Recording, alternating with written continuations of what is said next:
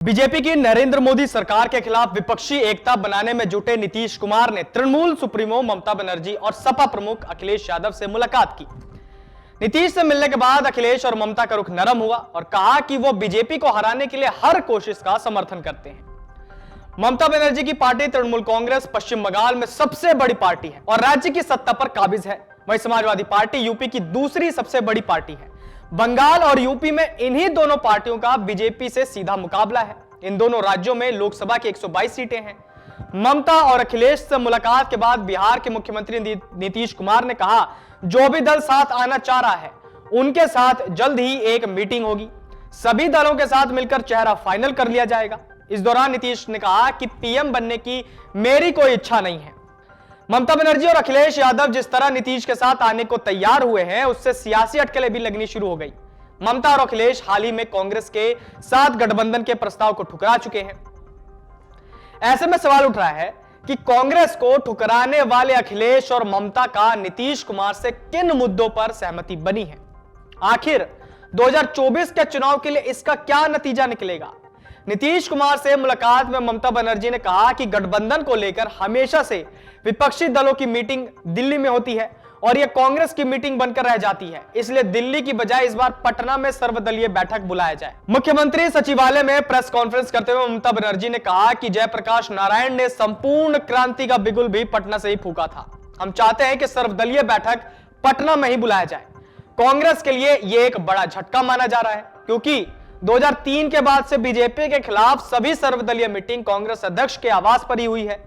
ममता बनर्जी और उनकी पार्टी के नेता भी कई बार इस मीटिंग में शामिल रहे हैं। दिल्ली में कांग्रेस अध्यक्ष के आवास को छोड़कर अगर कहीं और मीटिंग होती है तो इसका साफ मतलब है कि नया मोर्चा जो बन रहा है उसका नेतृत्व कांग्रेस के हाथों में नहीं रहने वाला है। नीतीश कुमार और कांग्रेस ने अभी इस पर कोई भी प्रतिक्रिया नहीं दी। ममता बनर्जी, अखिलेश यादव के चंद्रशेखर राव समेत ऐसे कई विपक्षी नेता हैं जिन्हें 2024 के चुनाव में कांग्रेस का चेहरा पसंद नहीं है। ममता और अखिलेश के बाद गठबंधन को लेकर केसीआर ने भी रुख नरम किया है। केसीआर ने कहा कि कांग्रेस का राष्ट्रीय नेतृत्व कमजोर है, इसलिए राहुल गांधी के चेहरे को आगे कर चुनाव नहीं लड़ा जा सकता। ममता बनर्जी की पार्टी पहले ही कांग्रेस को नकार चुकी है। अखिलेश भी चेहरे पर वीटो लगा चुके हैं। तृणमूल के राष्ट्रीय महासचिव अभिषेक बनर्जी ने एक इंटरव्यू में कहा था कि ममता बनर्जी को केंद्र और राज्य दोनों जगहों पर सरकार चलाने का अनुभव है, इसलिए उनसे बेहतर चेहरा गठबंधन में हो नहीं सकता। विपक्ष के इस फैसले से मल्लिकार्जुन खड़गे और राहुल गांधी की दावेदारी कमजोर होगी। नीतीश कुमार पहले ही कह चुके हैं कि चेहरा चुनाव के बाद फाइनल किया जाएगा। कई विपक्षी दल 1996 के फॉर्मूले का किस्सा सुना रहे हैं। उस वक्त संयुक्त मोर्चा को कांग्रेस ने बाहर से समर्थन दिया था। इस दौरान एचडी देवगौड़ा और आई.के. गुजराल प्रधानमंत्री बने थे। समझौते के तहत सपा जनता पार्टी वाम मोर्चा के नेताओं को सरकार में मंत्री बनाया गया था। अगर यह फॉर्मूला 2024 में लागू होता है तो कांग्रेस के बदले किसी क्षेत्रीय पार्टी का प्रधानमंत्री हो सकता है। हालांकि सब कुछ चुनावी परिणाम पर ही निर्भर करेगा। सबसे अधिक तकरार सीट बंटवारे के फॉर्मूले पर ही फंसा है। क्षेत्रीय पार्टियों का आरोप रहा है कि कांग्रेस अधिक सीट ले जाती है लेकिन जीत नहीं पाती। तृणमूल कांग्रेस भी पश्चिम बंगाल में इसी कारण गठबंधन नहीं करना चाह रही है। बंगाल में जहां कांग्रेस मजबूत थी, वहां 2021 के चुनाव में तृणमूल कांग्रेस ने क्लीन स्वीप कर लिया। तृणमूल को 2024 के चुनाव में भी इसी तरह के परिणाम आने की उम्मीद है। हालांकि नीतीश से मुलाकात के बाद ममता गठबंधन को राजी हो गई है। बंगाल की बात करें तो वहां पर तृणमूल के साथ साथ सीपीएम और कांग्रेस की भी मौजूदगी है। राज्य में कुल 42 लोकसभा सीट है, जिसमें से 2019 में 18 पर बीजेपी, 2 पर कांग्रेस और 22 पर तृणमूल कांग्रेस ने जीत दर्ज की थी। तेजस्वी समेत कई नेता पहले भी मांग कर चुके हैं कि जिन राज्यों में क्षेत्रीय पार्टियां प्रभावी हैं वहां पर सीट बंटवारे का काम उसी के जिम्मे दिया जाना चाहिए। ऐसे में माना जा रहा है कि बंगाल, यूपी समेत कई राज्यों में कांग्रेस छोटे भाई की भूमिका में रहेगी। बंगाल, यूपी और बिहार समेत कई राज्यों में कांग्रेस बहुत ही कम सीटों पर लड़ पाएगी। 2019 में बंगाल में कांग्रेस 2 सीटों पर जीतने में कामयाब हुई थी, जबकि एक सीट पर दूसरे नंबर पर रही थी। सीट बंटवारे के तहत अगर फर्स्ट और सेकंड नंबर का फॉर्मूला लागू होता है तो कांग्रेस बंगाल में सिर्फ 3 सीटों पर चुनाव लड़ पाएगी। कम सीटों पर लड़ने की वजह से पार्टी का दबदबा भी कम होगा। जरूरी नहीं है कि जो सीटें मिले वो भी कांग्रेस ही जीत ले, इसलिए इन राज्यों में कांग्रेस के लिए आगे का सफर आसान नहीं रहने वाला है। कांग्रेस के साथ अभी गठबंधन में आने के लिए डीएमके, शिवसेना उद्धव ठाकरे, एनसीपी, जेडीयू, सीपीएम, आरजेडी, जेएमएम, सपा, तृणमूल कांग्रेस और टीआरएस ने हामी भरी है। नीतीश कुमार बीजेडी, वाईएस, कांग्रेस, जेडीएस और इनेलो को भी साथ लाने की कोशिश में जुटे हैं। इनमें से अधिकांश पार्टियों का कहना है कि चुनाव के बाद चेहरा घोषित हो और सीट बंटवारे में कांग्रेस एडजस्ट करे। कांग्रेस अगर ऐसा करती है तो यह संभव है कि पीएम कुर्सी पर उसकी दावेदारी कमजोर पड़ जाएगी। कांग्रेस अगर सभी दलों के साथ मिलकर चुनाव लड़ती है तो अधिक से अधिक 250 सीटों पर पार्टी उम्मीदवार उतार पाएगी। इनमें से अधिकांश सीटें हिंदी पट्टी यानी राजस्थान, मध्य प्रदेश और छत्तीसगढ़ और कर्नाटक ही है। पिछले चुनाव में इन जगहों पर कांग्रेस का परफॉर्मेंस बहुत ही खराब रहा था। ऐसे में इस बार अगर कोई बड़ा चमत्कार नहीं हुआ तो पार्टी काफी पिछड़ जाएगी।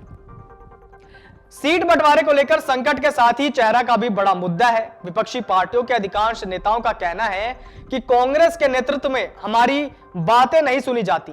यह भी दोनों नेताओं को पीएम दावेदारी से दूर करने की बड़ी वजह बन सकती है। कुल मिलाकर गठबंधन बनता भी है तो करीब 200 सीटों पर उन पार्टियों का बीजेपी से सीधा मुकाबला होगा जो कांग्रेस के चेहरे पर पसंद नहीं करती है। अगर यह 200 सीटें जीत में तब्दील हो गया तो 2024 में कांग्रेस के लिए पीएम की दावेदारी दूर की कौड़ी साबित हो सकती है। कांग्रेस समेत सभी विपक्षी पार्टियों के बीच मुद्दों को लेकर सहमति बन गई है। विपक्षी गठबंधन 2 मुद्दों पर बीजेपी को घेरेगी। इनमें पहला मुद्दा देश भर में जातीय जनगणना कराने की है। जातीय जनगणना का मुद्दा देश के ओबीसी समुदाय को सीधे हिट कर रही है। लोकसभा की सभी सीटों पर ओबीसी समुदाय 30 से 40% के करीब है, जो गेम चेंजर माने जाते हैं। जातीय जनगणना को अगर 2024 में विपक्ष का मुद्दा बनाने में सफल रहती है तो बीजेपी को काफी नुकसान हो सकता है।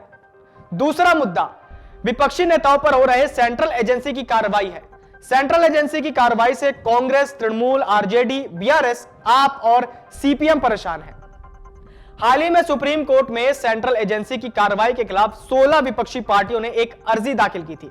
इसमें कहा गया कि प्रवर्तन निदेशालय की 95% कार्रवाई विपक्षी नेताओं के खिलाफ हुई। मुद्दों पर सहमति बनने के साथ ही नीतीश कुमार गठबंधन में संयोजक की भूमिका निभाएंगे। इसका औपचारिक ऐलान विपक्षी दलों की सर्वदलीय मीटिंग में तय होगा।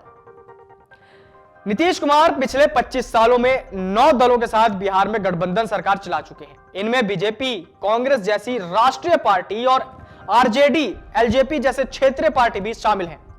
नीतीश कुमार जिसके भी साथ रहे, कभी सीट बंटवारे को लेकर विवाद नहीं होने दिया। नीतीश कुमार पिछले 46 साल से सार्वजनिक जीवन में है। केंद्र में मंत्री बनने के अलावा बिहार में लंबे वक्त से मुख्यमंत्री हैं, लेकिन उन पर अब तक करप्शन का कोई आरोप नहीं लगा है। विपक्षी दलों के लिए यह एक सबसे बड़ा प्लस पॉइंट है।